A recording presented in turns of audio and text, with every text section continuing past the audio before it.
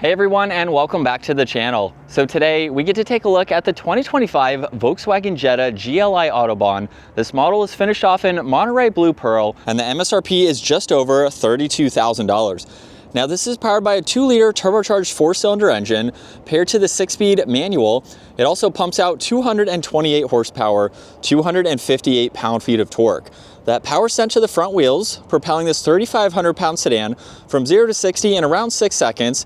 It has a top speed of 126 miles an hour.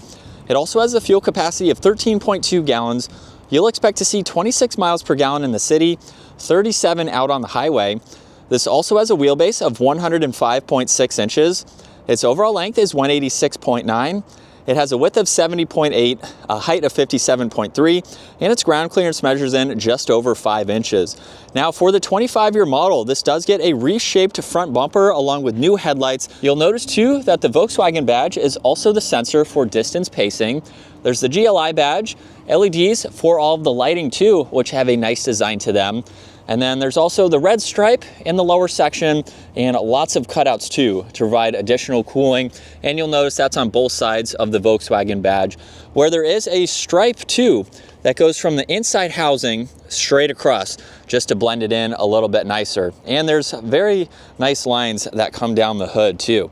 Now this model also has a gloss black set of wheels with the red brake calipers. There's also a turn signal with gloss black for the mirror cap, a GLI badge just underneath that. This does get a sunroof up front, and it's nice that the rear of the roof is also blacked out to give it a seamless look. And then there's very crisp lines that run down the side, again, just to blend it in nicer. And then in back, this gets a full width light bar that goes right through the trunk. Everything is LED, of course. There's also the backup camera and then the dual exhaust in the lower section. Now you can also use the button on the key fob or the release up underneath to gain access to the cargo space, where you have a good bit of storage. Now there's also storage underneath the floor along with the spare tire, and you can fold the back seats down. So that will give you a lot of interior storage. There's a pretty large opening too, so you can definitely place in a lot of items. Now as we work our way to the back, the door panel has a nice design to it with a two-tone look. You get storage in the lower section, your window control, and then some brushed accents for the release handle. And then a really nice design for the two-tone seats with all of the red stitching, just to bring the red in. It's also on the floor mats too, which is nice. Now you only have one storage pocket on that passenger side, and there's nothing located in the middle. At my height, 5'10", I have maybe a ½ inch or so of headroom here, but I could sit upright and be comfortable. So this is spacious for adults to be in the back. You also get the armrest along with some cup holders too, and there's plenty of visibility with that small window there to give you some more lighting as well. And then up front, there's lock and unlock, all of the window controls, side mirror adjustments, which are also heated, and then there's the trunk release and more storage. Now you also get memory seats for your driver, and they're power operating too, which is nice. Now you have a small door sill to step over, and then once inside, there's the solid and perforated leather steering wheel. And then let's start this up. So with my foot on the brake and the clutch, that start button is down below, we can bring this to life.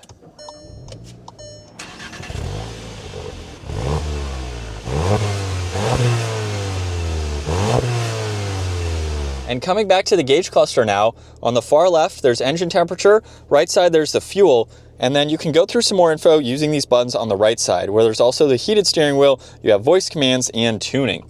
So if I just start scrolling down, you can pull up all of these vitals here, just depending on what you'd like to see. And then when you want to get into one of these, you can actually hit OK and bring it up in the middle.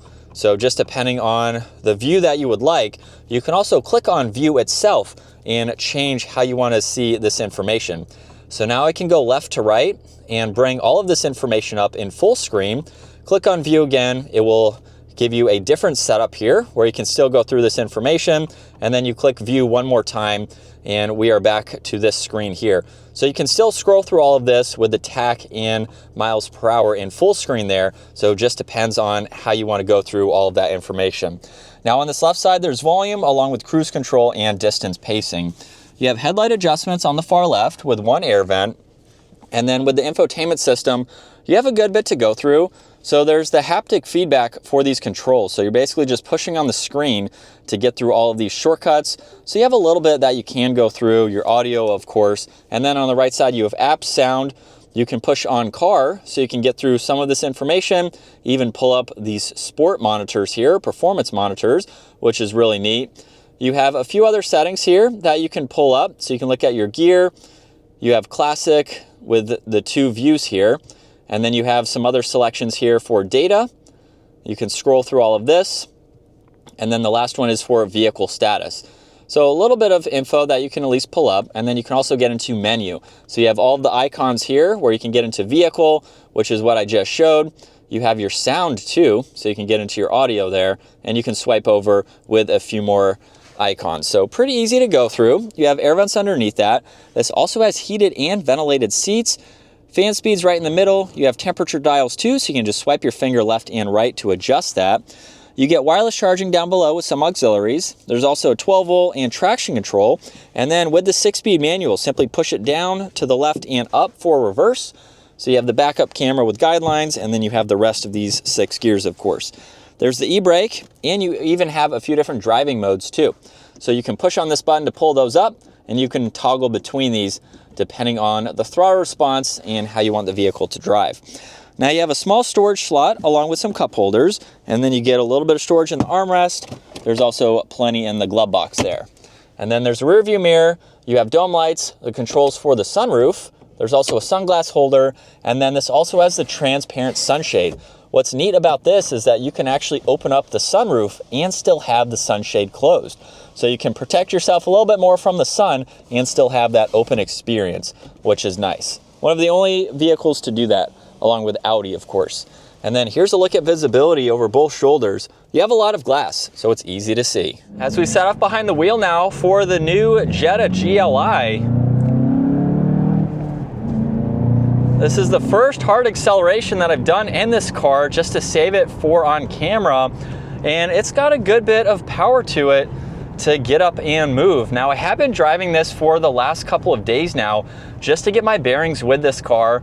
It's been a fun vehicle to drive. I've been doing a lot more highway driving than I have on some back roads here. So we'll get to some twisties for the POV angle to really see how well this front wheel drive vehicle can handle. But for just normal day-to-day driving, it's been very nice. Now you can also get a 7-speed dual clutch for this if you don't want 3 pedals. So it's nice that you have 2 transmission options depending on what you're looking to get out of your sedan.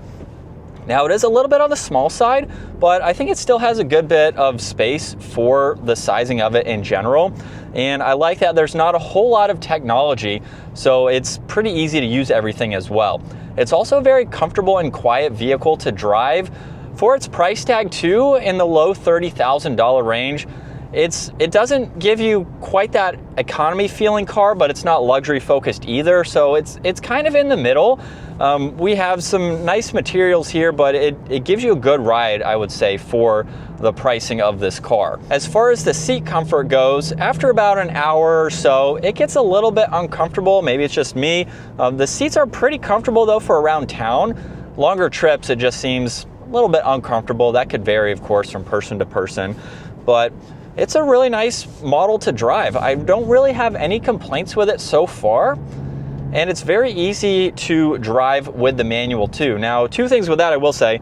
Pretty big shift knob, so just something to get used to. And then we have some pretty long throws with the shifter. So it would be nice to have a shorter linkage for that system. Of course, you could do that aftermarket just depending on what you're doing, but the clutch pedal is super light and the shifter is pretty engaging, so you know what gear you are getting into. And we're still in sport mode, 2nd gear. Here we go.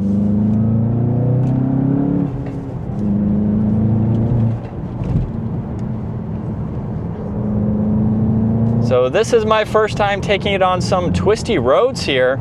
You can feel a little bit of the front wheels when you get on it a little bit more. So it seems pretty comfortable and confident, however.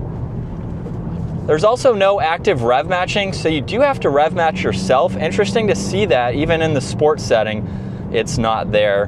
But you can pull up all of the sport information on the infotainment system there, so you can monitor some of those vitals.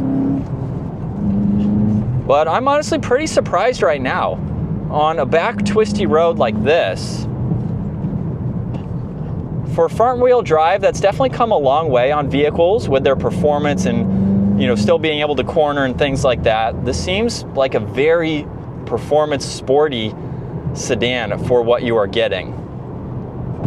And it's super easy to drive this with the manual. So if you're looking for maybe your first manual transmission, this would be something that could be great to learn on. And it's not too intimidating, but this has a good bit of power to make it a fun vehicle. You don't necessarily need something that can do 0 to 60 in 3 seconds, or, you know, hit 100 miles an hour out of a turn. You have some usable power with this engine, and especially with it being a manual, I think it makes it a lot more fun because you can row through all of these gears and just have a fun performance style car to drive. One that's also practical too, so you can throw in some other people, of course. You got a lot of cargo space, and that was impressive. I think that was a really nice, quick little twisty road to experience what this has to offer for this sedan.